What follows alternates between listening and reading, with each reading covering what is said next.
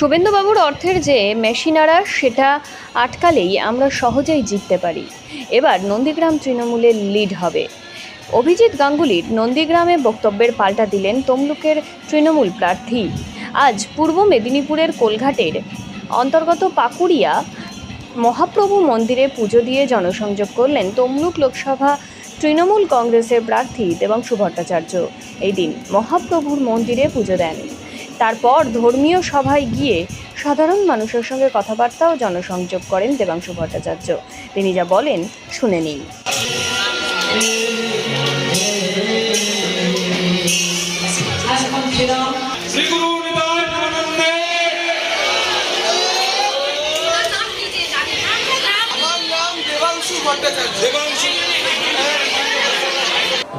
খুব ভালো পরিবেশ, এত পুরনো একটা উৎসব দোলযাত্রার সময় এখানে হয়ে থাকে এবং এসে সত্যি খুব ভালো লাগলো। প্রচুর পুণ্যার্থী এসেছেন এবং বিরাট আয়োজন আর কি, আপনারাও দেখেছেন, সেটা খুব ভালো লেগেছে। এবং সত্যি কথা বলতে এখানে এসে একটা আলাদা রকমের এনার্জি নিয়ে ফিরছি আর কি, যেন আরও প্রচারটা ভালো মতো করতে পারি।